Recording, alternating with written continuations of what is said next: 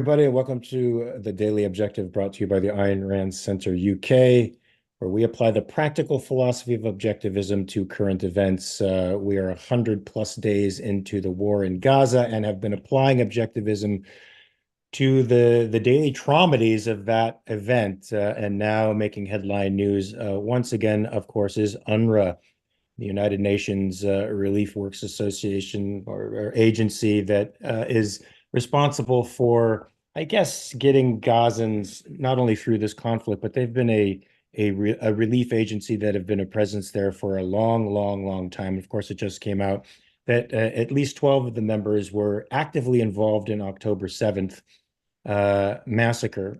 The Israelis have known for a long time that UNRWA also educates the next generation of fine young terrorists to extol martyrdom and sacrifice themselves for the cause of the Palestinian state. So they've been a problematic institution for a long time.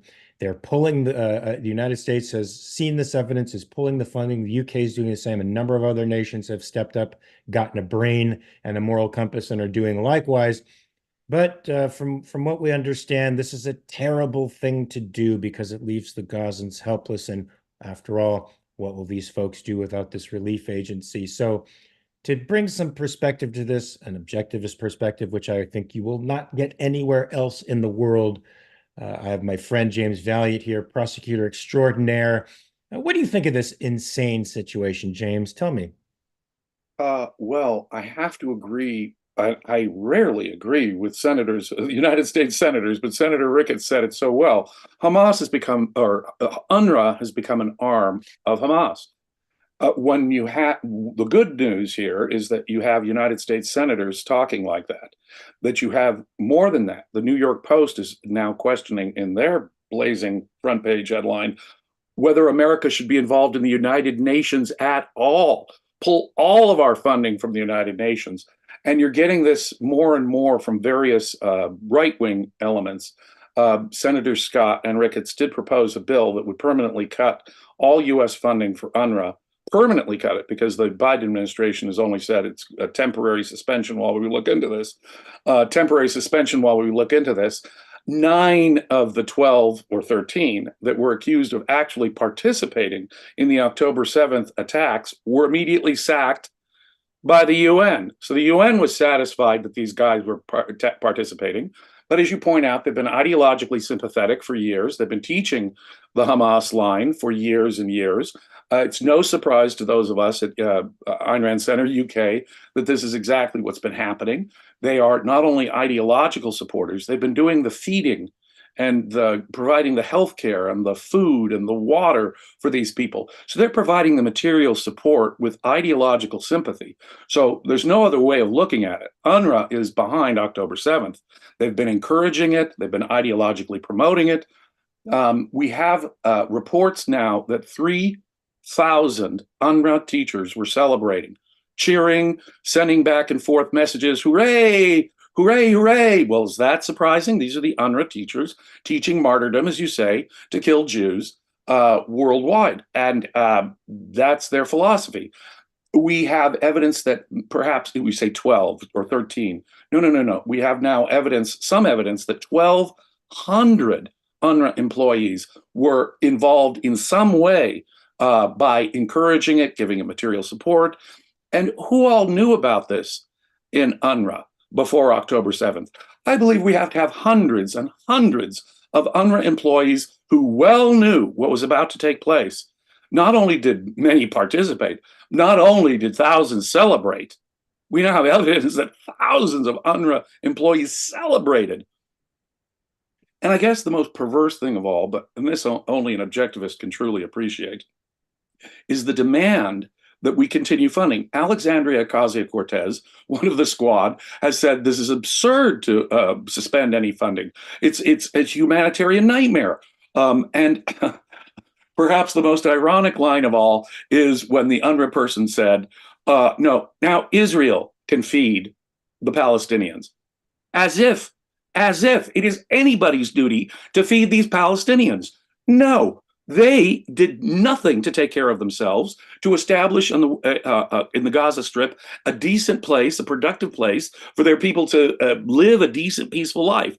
No, in fact, all this material support from UNRWA has allowed the Hamas not to do its duty as a government, the elected government of Gaza. No, no, no. They relied on the UN to do all that material support so that they could focus on rocket attacks. Now, get this. This is so much more than sanction of the victim. I said this the other day. You know, Ayn Rand said, even if you're in a social situation where it looks like your agreement is going to be implied, you should really stand up and say, at least, no, I disagree. Something like that. If that is a form of sanction of the victim, can you imagine the demand? And this is the moral demand. You've got to continue funding the people that are killing you. You've got to continue funding October 7th, because let's not pretend that it's anything else. UNRWA funded October 7th. UNRWA is ideologically supporting October 7th. UNRWA, as the senator said, is an arm of Hamas.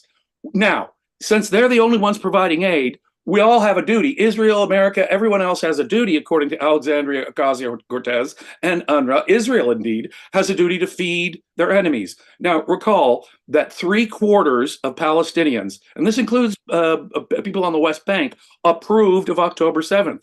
It is hardly surprising that this UNRWA organization reflects the views of the Palestinian people, who are the enemy.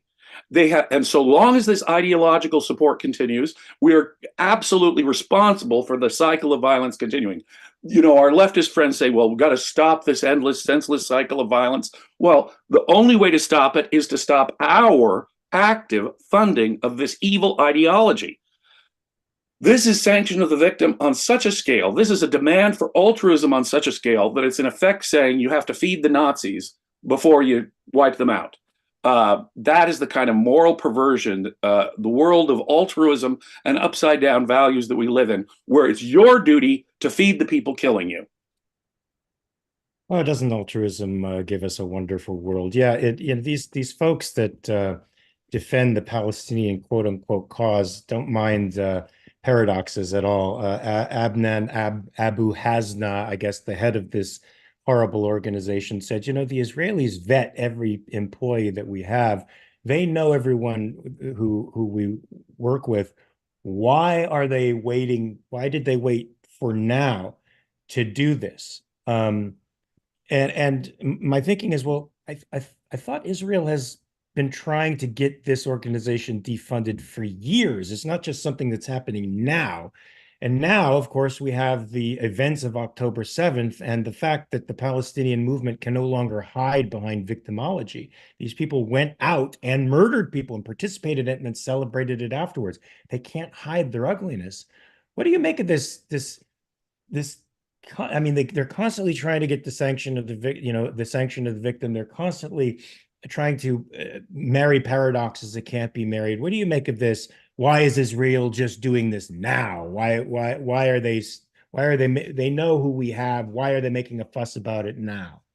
Israel has been complaining about this for many, many, many, many years. The Trump administration had cut off. I am not a fan of the Trump administration, but the Trump administration had cut off funding for UNRWA specifically, citing some of the stuff that we had cited a couple months ago in our initial reporting on this. The teachers that were involved, the educational materials involved, that Hamas people were being employed by. This has been well known for a long time. And years ago, the Trump administration cut off funding. It was the Biden administration that reestablished funding and has given them, you know, hundreds of billions of dollars. I think $1 billion at this point, collectively. Billions over the years have been given to them. Billions over the years. Biden's administration is dripping with blood.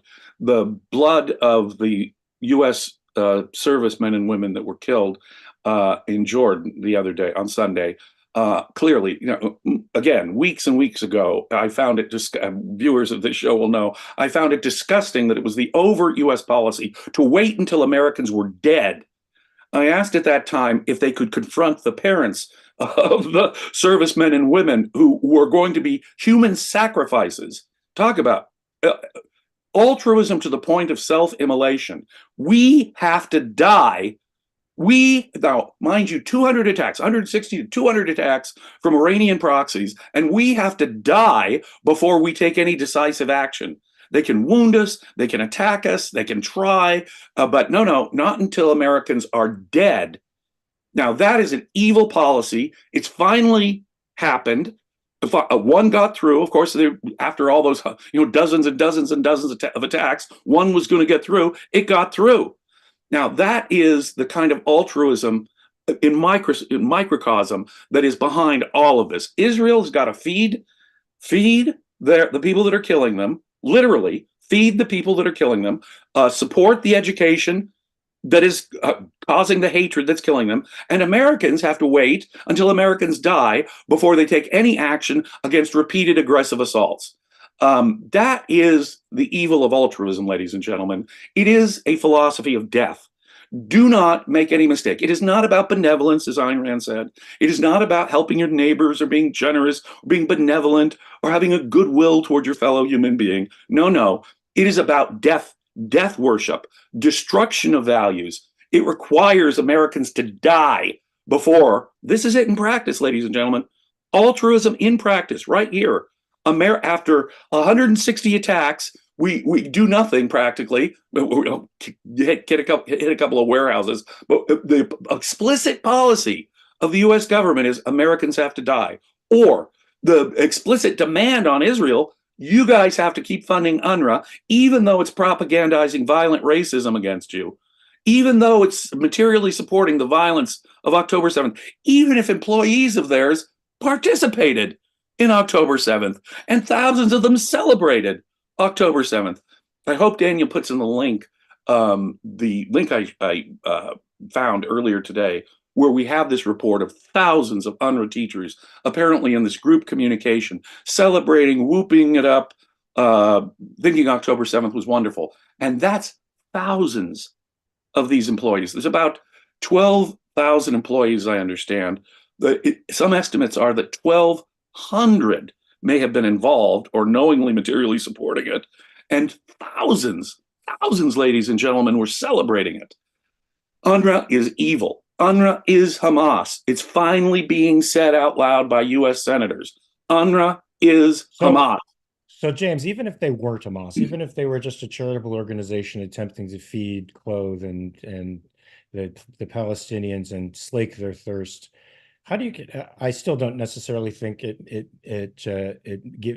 have the moral sanction to do that. I think actually the moral high ground is to let them suffer. This is what they have brought upon themselves. They've chosen war. They've chosen to throw out civilization. Now they need to experience that, because the end goal has to be their total repudiation of this ideology and violence. And if they see where it leads, that there's nobody to help them, there's no life preserver. We're not going to enable Hamas and Hamas adjacent ideologies to ever raise its head again amongst the people. No, how do you convince? Right. Yeah. How do you convince a world saturated in altruism that ours is actually the moral high ground, because it appears to cause a great deal of suffering and they appear to be trying to relieve it? Well, we do have to try and consider what a benevolent, innocent, sincere person who's sucked into this might think about it. Well, gosh, aren't there innocent Palestinians in Gaza? And gosh, don't they need to be fed? And aren't there women and children there? We can't take it all out on them. That is naive in the extreme. The only way to stop Hamas is to get the people of Gaza to reject them. And in effect, stop this idea. In effect, they put their gun to their own head and they've said, look, our aid is going to be tied to violence against you, whether you like it or not. And we'll pull the trigger if you don't. And we're stopped by it. It's like that scene from that old movie, 50-year-old movie now, Blazing Saddles, where Cleavon Little puts the gun to his head and the townsfolk are so stupid as to let him get away. And they're playing us just like that. They're playing us just like that. And we are that stupid, just like the people of that town. No, let them pull the trigger. If they put the gun to their own head, if their only relief agency is being used to propagandize and to materially support violence, then they don't get that relief agency. They have starved themselves. No, and by the way, you're right. Israel has no obligation to provide a drop of clean water to the people who are doing this, that are supporting it ideologically, that materially support it ideologically, and that's kind of the message we have to get through. Why do the good guys have to materially support their killers in any way, shape, or form, even Because though they're they're good, really advocating killing? because they're good, strong, and rich, and the bad guys are weak and poor, and that gives them de facto the moral high ground. Apparently, I have a few super chats here. Regina with €3, thank you, Regina. Stephen Harper, $3, thank you. Daniel sends us something normal Fink from Norman, from the great Norman Finkelstein, that pathotype of the 21st century, intellectual extraordinaire. Stop the presses. Hamas militants have day jobs. Okay, Right. so Right. No, no, no. And their day job is 24/7, destroy Jews, kill Israel, and that is the function of UNRWA. Their day, see, it's Finkelstein in his belief that UNRWA is, of course, ideologically innocent. What he's saying is that the hateful, violent anti-Semitism is a good thing. Let them continue. They're just innocent teachers. So Finkelstein is advocating Israeli genocide as their day job.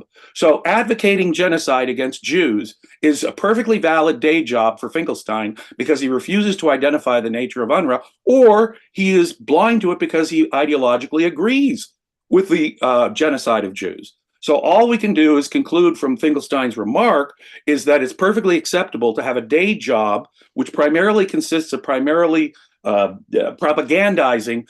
Palestinian kids into thinking martyring yourself to kill Jews is a good thing. yes, just so I can make this clear, it's bad hiring policy, people of Palestine, to hire a Hamas militant. So don't do it in the future because you're just going to get yourself hurt. Bonnie Bertrand, 99 cents. Thank you. Christian Klein, €10. My nation state still funds UNRWA. Foreign Minister Xavier Bettel, quote, there is no other organization to help civilians in Gaza, unquote. Well, then, Frustrating says because I have to write him. Everyone needs to look up Hillel Newer. I don't think what is Hillel Newer? I don't, is that another organization? Not sure what that is, but you know what that if means. if it is an aid organization, I don't think anybody has to look up anything. It's nobody's obligation to help a people who have declared war on an innocent It's democratic just state. absolutely astonishing that people have a duty to help these people at all. No, no, no, no. Most folks in this world, most countries in this world are able to feed themselves and take care of themselves. And the fact that they've devoted themselves, why aren't the Oh, Palestinians feeding okay. themselves? Because they're devoted to killing Jews. If they were concerned about their own lives, of course they would. And the idea that somehow, if they're the only relief organization, now get what your minister is saying there. He's saying that we have to continue to propagandize violence against Jews so that we can feed Palestinians. No, we Right. don't. So I didn't. Christian is actually absolutely right. Helen Noor is the executive director of UN Watch. So thank you, Christian. You're right. Yes, You do need to write that person. That person does need to get, yes. even though it's sort of like pissing in the wind. To be honest with you, the entire United Nations needs to be disbanded, defunded by any free, self-respecting At state. least there that issue is being brought up. I know it's only on the right, and I doubt it'll actually come to fruition, but at least there's voices, senators, newspapers in America saying the entire United Nations, our funding, our involvement should be questioned. If Donald Trump really wants to be a transformative president, he should come out and advocate what the New York Post and Sean Hannity and Senator Scott and Senator Rickett have said. Question the entire funding for the United Nations. Get out of the United Nations. You want to make a promise, Donald, that'll really impress me. Tell the world you mean to get out of the United Nations. Okay, I couldn't agree with you more. Natasha Pilipovna, sorry, I butchered your name, Natasha, but Nastasia, but you gave us €5 for the for me butchering your name. Kristen, $1.49 Canadian, Jonathan Honig, $2. Thank you. Amit Yanuka for six. Well, I don't know what those are. I don't know what that symbol is. UNRWA, you can't hide. We charge you for genocide. Very good, Amit. Wow. That's a good So, one. so that is a shekel. He gave us 6 shekels. Thank you, sir. Uh, so yeah, so we know that UN is a corrupt organization. And now it's really out in the open. So can any conclusion that the UN comes to really hold legitimacy with anybody? The Palestinian pro-Palestinian movement, the Hamas bots, they love to quote the UN. They love the UN. Can they be? I mean, if you thought they were legitimate before this scandal, um, They're just now getting around at the UN to considering the violence against women that occurred on October 7th. Just now. Of course, we've had an entire trial brought by South Africa against Israel for genocide in the most perverse, turning upside down. Hamas advocates explicitly genocide. Israel is doing everything they yes, can to avoid it, sending leaflets, texts oh, for that, and yet they're the ones that the UN is focused on. And the it's a UN comedy. finally, after all that foot dragging, is now attending to the violence against women and children that occurred on Unbelievable. October 7th. Unbelievable. I mean, this is a travesty. You can't make something like this up. If you wrote this and put it into a movie, people would laugh because they would think it's too absurd. It's so irrational. It's not possible that we live in a world like this. But guess what, folks? We do. We do. We live in a world where you're good if you feed and clothe and give succor and comfort to your enemy, to the person who wants to murder you and who has attempted it in the most brutal, despicable, medieval fashion possible. This is a morally backwards society that we are living in. Look, the Altruism Palestinian is death worship. altruism Altruism is, requires self-immolation. You yes. have to, I mean, consider what this, if it sounds insane, irrational death worship, ladies and gentlemen, we are looking at the essence of the morality of altruism. Yes, we are. It is a suicide pact with your killers is basically what it is. And as Ayn Rand points out, only mysticism can justify altruism. Mm. Look at the mystic roots of this. And it will necessarily result in collectivist tribe, some form of collectivist tribalist force and violence when it's based on such mysticism and faith. Faith and force are inherent allies. The Attila and the witch doctor. I mean, we see it now emblazoned across the headlines almost every day. The relationship between the Attila and the witch doctor is causing all this, and it's altruism that completely disarms the West and makes it seem like it's our duty to feed the killers. Insane, Uh, ladies and gentlemen. Absolutely insane. Amit, I have to tell you, I'm going to steal this chant and put it on my Twitter because I feel I feel like I feel like losing more pro-Palestinian bots. Bot followers. Robert Nacier for $5. Why does Hamas buy weapons, ammo, and rockets instead of food? Why does Hamas Hmm. build tunnels instead of schools and infrastructure? Hmm. You know the answer. Hmm. It's a death cult. They don't want to educate their children. They don't want health care for their people. They don't want to feed their families. They want to kill Jews. Okay. That's their purpose. That's Yeah. their function, their goal, their telos. They'd rather build tunnels and fire rockets because they've been firing rockets for over 15 years now. Within a month of Hamas taking control of the Gaza Strip, they've been firing rockets. They've been taking little pauses, but yeah, since they get funding from their weapons and logistics from Iran, and since they're devoted to this, guess what? All UNRWA is doing is providing the material support that they need to feed them until they can, train enough of their children to go kill themselves to kill Jews.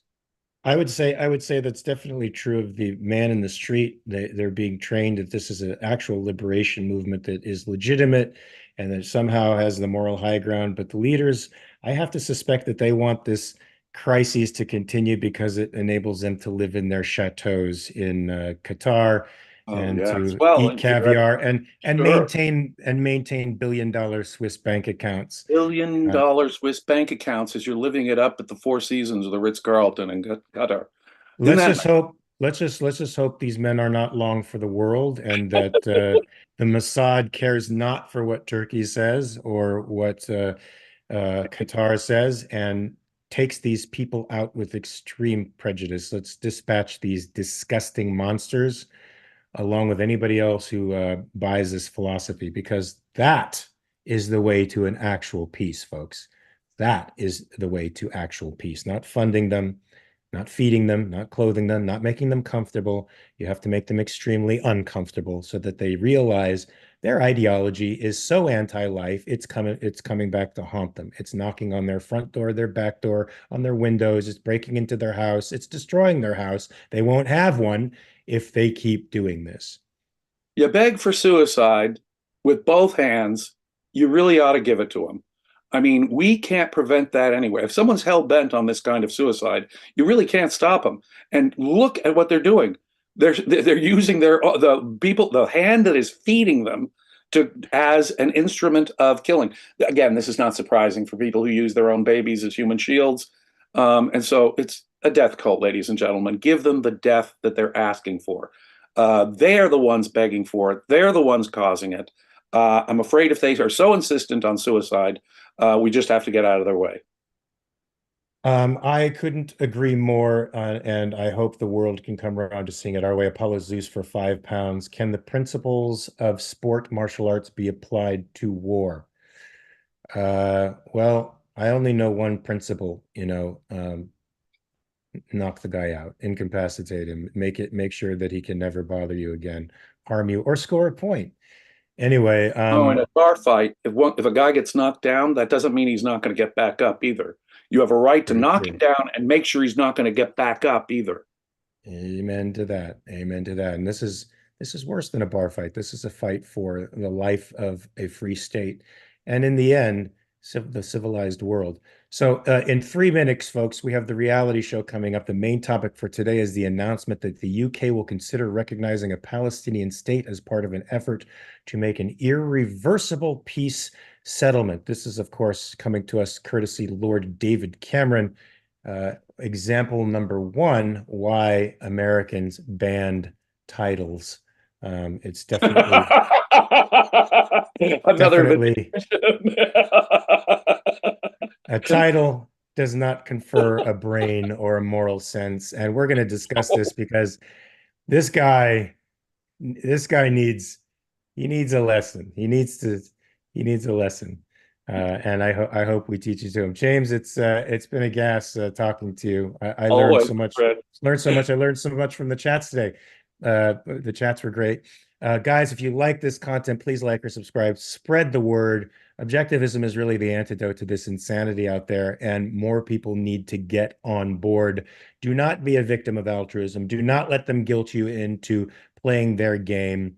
Um, be rational, be an ethical egoist, be a rational egoist, and nobody like the Palestinian bots that populate most of our feeds, our social media feed, will be able to guilt you into feeling badly about defending innocent life, as you should never feel badly about defending innocent life and liberty. James, I hope to see you next time. I guess we'll keep talking about this until the war is over, whenever that may be. Be safe. Peace, guys.